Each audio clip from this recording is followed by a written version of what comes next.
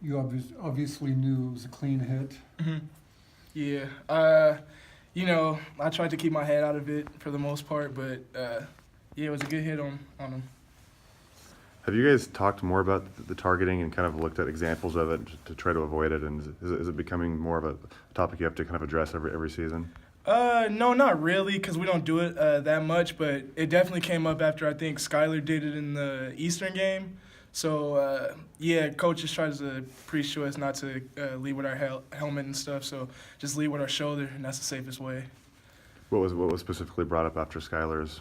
Was it just an example of what not to do, or? Yeah, pretty much. Like he showed it on film. It was just an example not to lead with your helmet. Just keep ourselves safe at all times.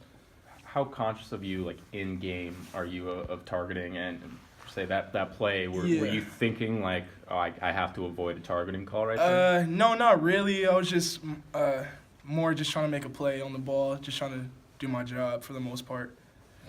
One of the things Coach Leach said about Coach Clay's last week is he's really been able to enhance the play of all the position groups defensively. Mm-hmm. He's a defensive line guy by heart, but what have you learned from playing under him this year?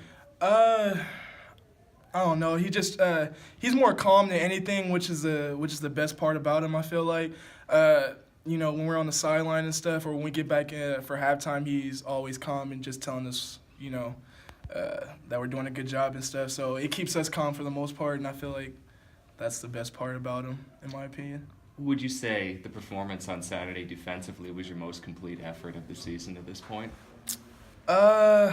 I don't think so.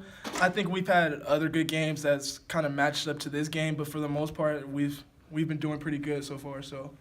And then just one more from me. Now, Yeah. Sean hasn't been able to play the last 4 games, Mhm. but what have you guys as a secondary unit been able to do to keep his spirits up and help him through this? We just try like he goes to all the meetings and stuff, and he's just still a part of us. Like he's with us at all times. So. Just having him around and having him there to help some of the other corners and help motivate them is big in my eyes. So. Is he pretty antsy to get back out there just to be a part of this? And you guys are ranked number 8 and Yeah. obviously riding a high right now. Heck yeah, he is. I feel like that's pretty much all he talks about every day is he wants to get back with us and get back practicing, get back playing. But yeah, we miss him and we need him. So yeah.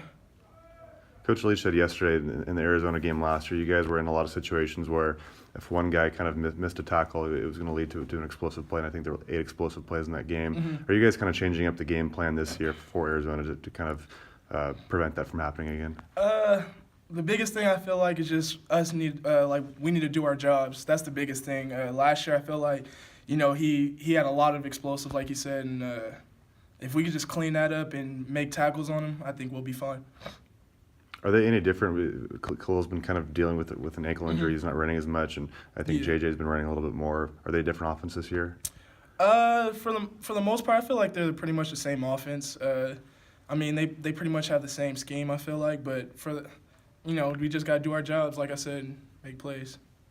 Taylor said that Kainoa was acting as Khalil Tate on scout team. Yeah. How's he been doing as Khalil Tate? I feel like he's been doing a pretty good job. Making guys miss. Just I feel like he's just really doing a good job. So for the most part, he's a good look for us on the scout team, and I just feel like we'll have our best chances on the game day with him as the scout team quarterback. How's his arm? Oh, he needs to work on that a little bit, but yeah, he fits the part. So.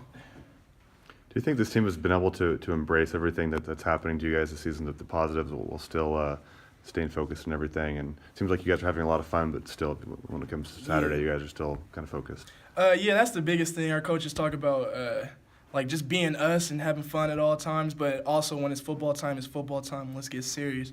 So that's what we've been trying to do.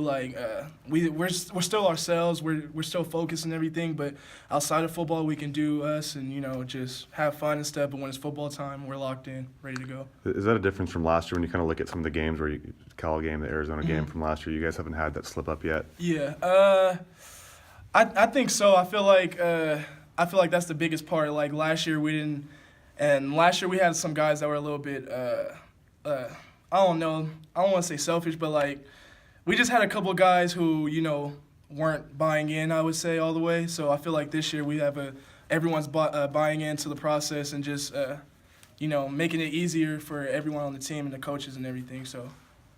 You've played a lot of games with Peyton. He's going to break the school record this week with his 52nd career game. What does that say about him, and how incredible is that? That's really great. Peyton is just Peyton.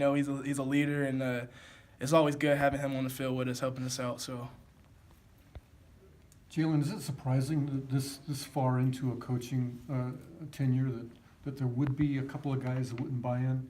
Or is that kind of normal for a football team? I feel like that's pretty normal. Like, every team usually has those couple guys who, usually don't buy in or, like, having a hard time buying in. But I feel like this team, for the most part, we're, doing that. And, I feel like it's helping us, so.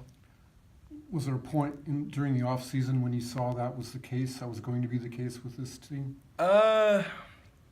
I'm not really sure, but I just know in the summer we were all working like really, really hard, and I can see that carry over into the games and stuff. How we preach fourth quarter and stuff. I see that with the players. So.